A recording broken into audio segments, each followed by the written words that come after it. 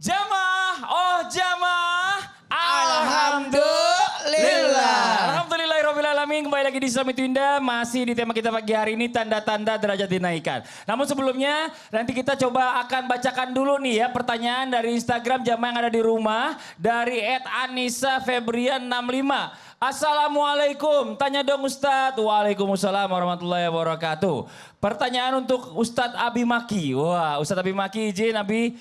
Saya akhir-akhir ini sering sedih sekali. Mulai dari kehilangan pekerjaan, ditinggalkan orang tua yang sudah tiada, sampai punya saudara yang tidak mau mendukung saya. Dan saya merasa tidak ada habisnya aja nih Ustadz masalah yang ada ini. Itu bagaimana ya Ustadz? Apakah ini balasan atas apa yang saya perbuat atau ini cara Allah untuk menaikkan derajat saya? Nah ini mohon izin penjelasannya Abi. Fadhol Abi. Bismillah. Ya, izin Ustadz Maulana Ustadz Syam. Bismillahirrahmanirrahim. Masya Allah tabarakallah.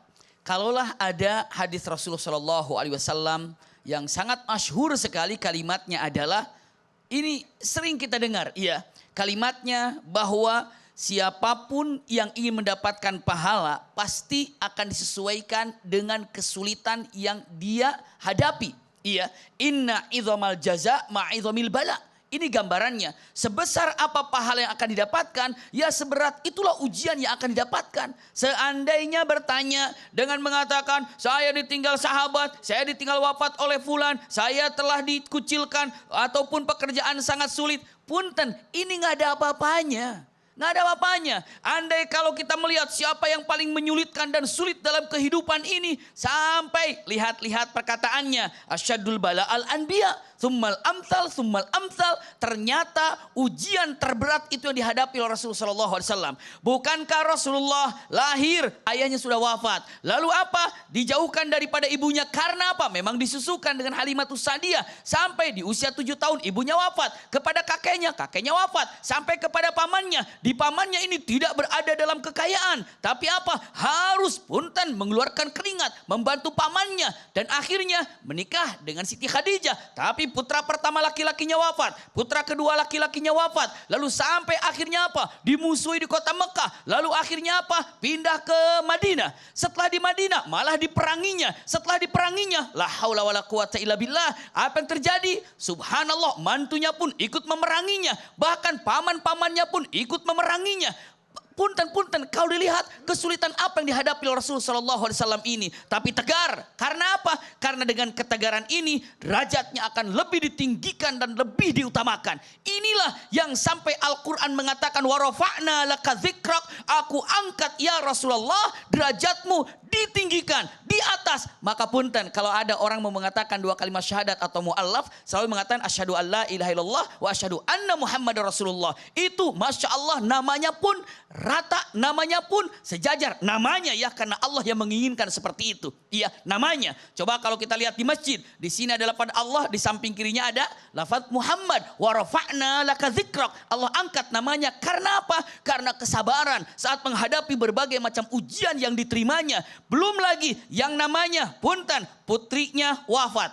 Lalu putrinya yang kedua wafat. Zainab putri Rasulullah wafat. Lalu Ruqayyah wafat. Ummu Kulsum wafat. Itu di saat Rasulullah ada. Jadi demi kesulitan-kesulitan yang ada, apa yang harus dilakukan? Jangan pernah lepas daripada ibadah. Pasti ibadah dalam keadaan tenang dan ibadah dalam keadaan kesulitan beda nilainya. Lihat hadis Rasulullah SAW. Al-ibadatu fil haraj kahijratu ilayya. Siapapun yang takarrub kepada Allah, masih memuji kepada Allah, masih beribadah kepada Allah dengan ketaatannya, padahal dia dalam keadaan kesulitan, dia ini sesungguhnya seperti datang dan berhijrah kepadaku. Masya Allah. Lihat, apabila kita dalam kesulitan, lalu tetap beribadah, lalu dia melakukan amal-amal soleh. Rasulullah mengatakan, dia yang dalam kesulitan, dia dalam kegalauan, tapi tetap beribadah dengan baik kepada Allah, pastikan dia itu seakan-akan sedang berhijrah kepadaku. Dia sedang menuju kepadaku. Kata siapa? Rasul Shallallahu Alaihi Wasallam. Jadi pengangkatan derajat ini adalah ketika kita mendapatkan kesulitan demi kesulitan. Dan ini bukti cinta dari Allah. Bukankah Allah mengatakan, punten, Rasulullah dengan indah mengatakan kalimat yang sangat indah sekali. Kalimat yang sangat luar biasa sekali. Idza ahabballahul abdu ibtalah. Dalam riwayat lain, idza ahabballahul qaum ibtalah. Jika Allah mencintai satu kaum ataupun perorangan ataupun satu keluarga, maka Allah mengujinya, tapi ujiannya itu dengan cinta untuk diangkat derajatnya. Wallahu a'lam bishawab. Masya Allah, Masya Allah.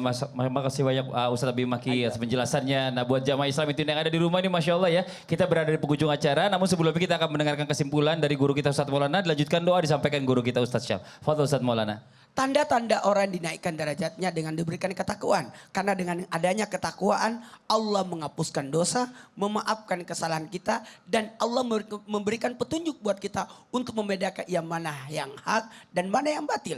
Lalu Allah senantiasa memberikan tanda berikutnya, yakni diberikan kesabaran atas ujian yang menimpanya. Dan diberikan rasa syukur ketika mendapatkan nikmat dari Allah Subhanahu wa Ta'ala. Itu tanda orang yang dinaikkan derajatnya. Bahkan tanda orang dinaikkan derajatnya dengan cara apa? Allah memberikan nilai manfaat atas apa yang dilakukannya, memberikan manfaat buat orang lain. Bahkan maaf, orang-orang yang diberikan tanda-tanda derajatnya dinaikkan dengan diberikannya ujian yang bertubi-tubi dari Allah Subhanahu wa Ta'ala. بسم الله الرحمن الرحيم الحمد لله رب العالمين آمين. اللهم صل على سيدنا محمد النبي الأمي وعلى آله وصحبه وسلم ربنا تقبل منا إنك أنت السميع العليم يا الله disebabkan karena ujian kami ya Allah maka terimalah seluruh amal ibadah kami ya Allah wa tub alaina innaka antat tawwabur rahim dan juga disebabkan karena ujian itu ampuni pula dosa-dosa kami ya Allah bersihkan kami dari kesalahan-kesalahan kami ya Allah teguhkan hati kami ya Allah hingga akhirnya kami Amin. husnul khatimah wa sallallahu ala sayyidina Muhammad walhamdulillahi rabbil alamin. Amin amin ya rabbal alamin. Masya Allah, alhamdulillah, demikianlah perjumpaan kita hari ini, semoga bermanfaat. Sekali lagi mohon maaf atas segala kekurangan. Wabillahi taufiq wal hidayah. Wassalamualaikum warahmatullahi wabarakatuh. Waalaikumsalam warahmatullahi wabarakatuh.